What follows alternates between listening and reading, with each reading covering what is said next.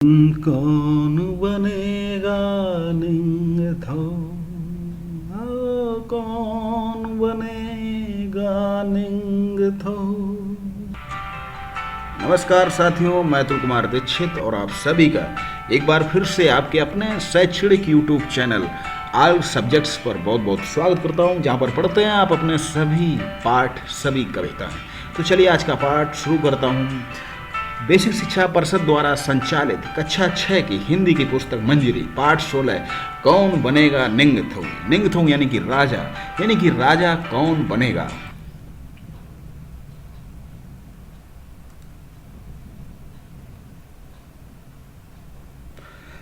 तो ये मणिपुर की एक लोक कथा है। इसमें पर्यावरण संरक्षण और जनता से राजा के प्रेम की भावना प्रकट की गई, यानी कि पर्यावरण संरक्षण और जनता से राजा के प्रेम की भावना। बहुत बहुत पहले की बात है। मणिपुर के कांगलई पाक यानी कि कांगलई पाक राज्य में एक निंगथौ और एक लैमा राजा और रानी रहते थे। यानी कि निंगथौ राजा, लैमा रानी, सब उन्हें बहुत प्यार करते थे। निंगथौ और लैमा अपने मियम प्रजा का बड़ा ख्याल रखते थे। हमारे मियम सुखी रहें, वे कहते। कांगलाई पाक में शांति हो। वहाँ के पशु पक्षी भी अपने राजा रानी को बहुत चाहते थे। निंगथौ और लैमा हमेशा कहते, कांगलाई पाक कि सभी को खुश रहना चाहिए, सिर्फ मनुष्यों को ही नहीं, पक्षियों, जानवरों और पेड़ पौधों को भी, क्योंकि एक राजा और उसका राज्य और उसके अंदर रहने वाले सभी जीव जंतुओं का जीवन सुखमय होना चाहिए। निंगथौ और लैमा के बच्चे नहीं थे। लोगों की एक ही प्रार्थना थी, हमारे निंगथौ और लैमा का एक पुत्र हो, हमें अपना तुंगी निंगथौ मिल जाए। तुंगी यानी कि छोटा राजा, यानी कि युवराज मिल जाए। फिर एक दिन लैमा ने एक पुत्र, एक मौचा नीपा को जन्म दिया। लोग बहुत खुश थे। ये शब्द उसी का पर्याय है, नहीं पुत्र यानी कि मौचा नीपा। लोग बहुत खुश थे, सब अपने युवराज को देखने आए। बच्चे का सिर चूमकर उन्होंने कहा, कितना सुंदर बेटा है, कितना सुंदर बेटा है। राज्य में धूम मच गई। लोग ढोलों की ताल पर नाच उठे, बांसुरी पर मीठी धुनें छेड़ी गई। उस वक्त उन्हें पता नहीं था कि अगले साल भी उसी तरह जश्न मनाया जाएगा। और उसके अगले साल फिर निंगथौ और लैमा का एक और बेटा हुआ, फिर एक और। अब उनके प्रिय राजा रानी के 3 बेटे थे, साना जाउआ, साना याइमा और साना तोम्बा। यानी कि तीनों बेटों के नाम ये थे, साना जाउआ, साना याइमा और साना तोम्बा। 12 साल बाद उनकी एक पुत्री हुई और उसका नाम साना तोम्बी रखा गया। बड़ी प्यारी थी वह, कोमल दिल वाली, सभी उसे बहुत चाहते थे। कई साल बीत गए, बच्चे जवान हुए। एक दिन निंगथौ ने मंत्रियों को बुलाकर कहा, अब वक्त आ गया है, हमें घोषणा करनी होगी कि कौन तुम्हारा युवराज बनेगा, तुम्हारा तुंगी निंगथौ। इतनी जल्दी क्यों? आश्चर्य से मंत्रियों ने एक दूसरे से पूछा। पर जब उन्होंने करीब से निंगथौ को देखा, उन्हें भी लगा कि हाँ, वे सचमुच बूढ़े हो चुके थे। ये देखकर वे बहुत दुखी हुए। अब मुझे तुम्हारा युवराज चुनना ही है, निंगथौ ने कहा। मंत्री हक्के बक्के रह गए। पर हे निंगथौ, चुनाव की क्या जरूरत? साना जाउआ आपका सबसे बड़ा पुत्र है, तो वही तो राजा बनेगा। हाँ, निंगथौ ने जवाब दिया। पुराने जमाने में ऐसा ही होता था, सबसे बड़ा बेटा ही हमेशा राजा बनता था। लेकिन अब समय बदल गया है, इसलिए हमें उसे चुनना है जो राजा बनने के लिए सबसे योग्य है।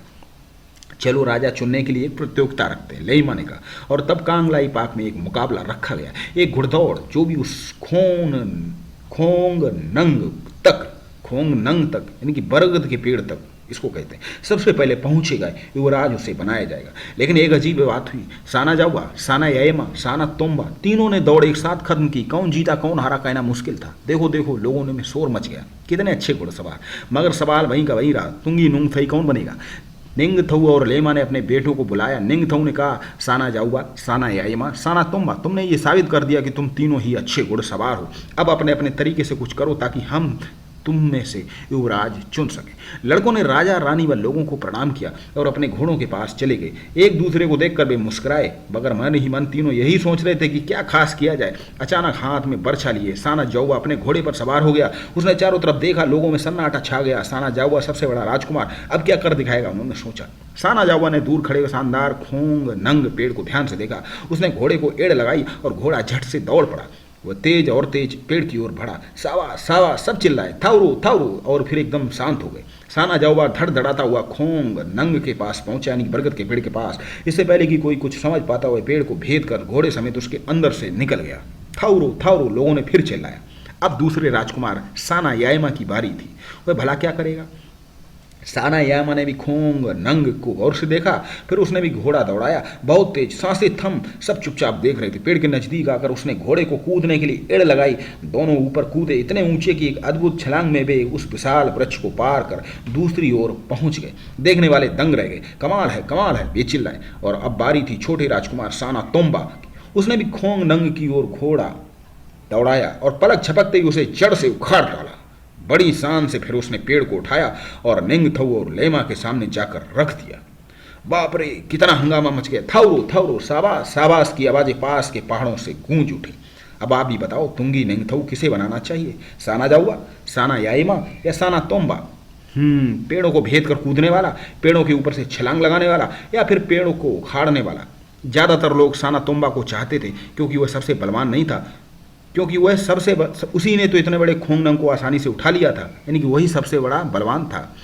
लोग बेचैन होने लगे। निंगथऊ और लेमा अपना फैसला सुनाने में इतनी क्यों देर लगा रहे, वे क्या कर रहे हैं? निंगथऊ और लेमा साना तोम्बी को देख रहे थे। 5 साल की अब बेटी ये साना तोम्बी, यानी ये तो उसके बड़े 3 बेटे थे। अब साना तोम्बी जो 5 साल की उनकी बेटी उदास और अकेली खड़ी थी, वह जमीन पर पड़े खोंगनंग को देख रही थी। पेड़ के आसपास पक्षी फड़फड़ा रहे थे, घबराए हुए वे अपने घोंसले ढूंढ रहे थे। साना तोम्बी खोंगनंग के पास गई। खोंगनंग मर गया। वह धीरे से बोली, उसे बर्छे से चोट लगी और अब वह मर गया। सन्नाटा छा गया। लेमा ने साना तोम्बी के पास जाकर उसे बाहों में भर लिया। फिर कहा, निंगथऊ वही है जो देखेगी राज्य में सब खुश हैं। निंगथऊ वही है जो राज्य में किसी को भी नुकसान ना पहुंचाए, यानी कि मारने वाले से बड़ा होता है बचाने वाला। सब चौकन्ने होकर सुन रहे थे। निंगथऊ उठ खड़े हुए। उन्होंने अपने तीनों बेटों को देखा, फिर बेटी को देखा। उसके बाद अपनी प्रजा से कहा कि अगर कोई शासक बनने योग्य है तो वह है छोटी साना तोम्बी।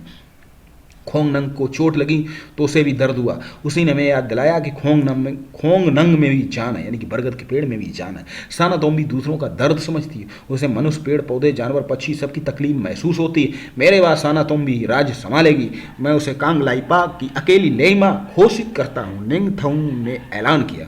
सभी ने मुड़कर उस छोटी लड़की, अपनी होने वाली रानी को देखा। 5 साल की बच्ची यूं खड़ी थी जैसे खुद एक नन्हा सा खोंगनंग हो। उसके चारों तरफ पक्षी फड़फड़ा रहे थे, कुछ उड़कर उसके कंधों पर आ बैठे, कुछ सिर पर। उसने दानों से भरे अपने छोटे हाथ फैलाए और धीरे धीरे पास जाकर पक्षी दाने चुगने लगे। यानी कि मारने वाले से बड़ा होता है बचाने वाला। एक राजा, उसका कार्य होना चाहिए कि उसके राज्य में सभी सुखी रहें, सभी चैन से रहें और सभी अपने जीवन में एक मुकाम हासिल करें। ऐलान, सार्वजनिक घोषणा, मुनादी, जश्न, उत्सव, जलसा, सिर्फ केवल मात्र हक्के बक्के रह जाना, आश्चर्य में पड़ जाना, पलक झपकना, फौरन तुरंत सिर चूमना, प्यार करना। कुछ करने को तो आप पढ़ें, वीडियो को पॉज करें, सबको पढ़ें। बहुत ही अच्छा ये मणिपुर की लोक कथा थी। इस तरह की लोक कथाएं आपने और भी सुनी हो, उनको भी आप अपनी कक्षा में सुनाएं, लिखें। ये लोक कथाएं बहुत बड़ा संदेश देती हैं। अगर कोई शासक बनने योग्य है तो वो छोटी साना तोम्बी ने ये प्रतियोगिता जीती। खोंगनंग को चोट लगी तो उसे भी दर्द हुआ और ये उसी ने याद दिलाया। विचार और कल्पना। भारतीय संस्कृति में पेड़ों को बहुत महत्व दिया गया, खासकर बरगद के पेड़ को। इस कहानी में निंगथऊ के चुनाव के बारे में बताया गया है। पर्यावरण के बारे में हमें पर्यावरण से प्रेम करना चाहिए। साना जाऊबा, साना तोम्बी, साना याइमा, साना तोम्बा, यानी क्रमशः नाम लिखना। कौन बड़ा, फिर उससे छोटा, फिर उससे छोटा, फिर उससे छोटा। जब निंगथऊ और लेइमा कितने वर्ष की आयु थी उस समय साना तोम्बी की आयु, और इस तरह आप प्रश्नों को, वीडियो को पढ़कर, सुनकर दोबारा कर सकते हैं।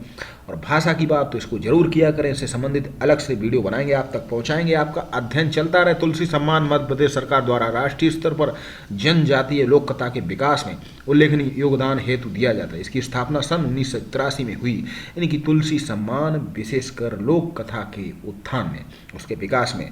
तो चलिए फिर मिलेंगे अगले पाठ के साथ, जिसमें आप पढ़ेंगे पाठ 17 बादल चले गए।